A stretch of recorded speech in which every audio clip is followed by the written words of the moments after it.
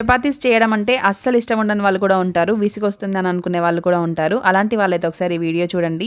చపాతీ కలిపేటప్పుడే మనం జాగ్రత్తగా కలుపుకోవాలి. పిండి అనేది సాఫ్ట్‌గా కలుపుకోవాలండి. ఈ విధంగా ఆయిల్, కొద్దిగా సాల్ట్ అందరూ వేస్తారు. ఆయిల్, సాల్ట్ పిండికి పట్టించి కొద్దిగా వాటర్‌ని వేసుకుంటూ వేళ్ళతో మాత్రమే కలుపుకోవాలండి. అరచేయి అస్సలు యూజ్ చేయకూడదు. పిండి అంతా తడిసిపోయింది అని అన్నప్పుడు మాత్రమే అరచేయితో గట్టిగా కలుపుకుంటే సరిపోతుంది. ముందే అరచేయితో కలిపేస్తే పిండి వాటర్‌ని కూడా అబ్జర్వ్ చేసుకోదు. గట్టిగా అయిపోతుంది. ఇంకా పిండి పైకి ఒక టీ స్పూన్ ఆయిల్ రాసి 20 నిమిషాల పాటు ఖచ్చితంగా పక్కన నుంచేసేయాలి.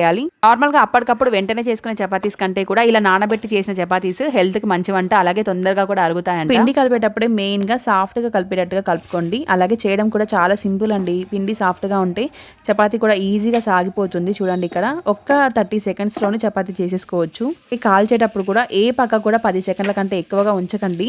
అది డ్రైగా అట్లా పొడిగా అయిపోతుంది చపాతీ అనేది. 4, 5 సెకండ్లకు ఒకసారి అటు ఇటు తిప్పుకుంటూ ఆయిల్ రెండు వైపులా వేసి కాల్చుకుంటే సాఫ్ట్‌గా వస్తాయి చపాతీస్.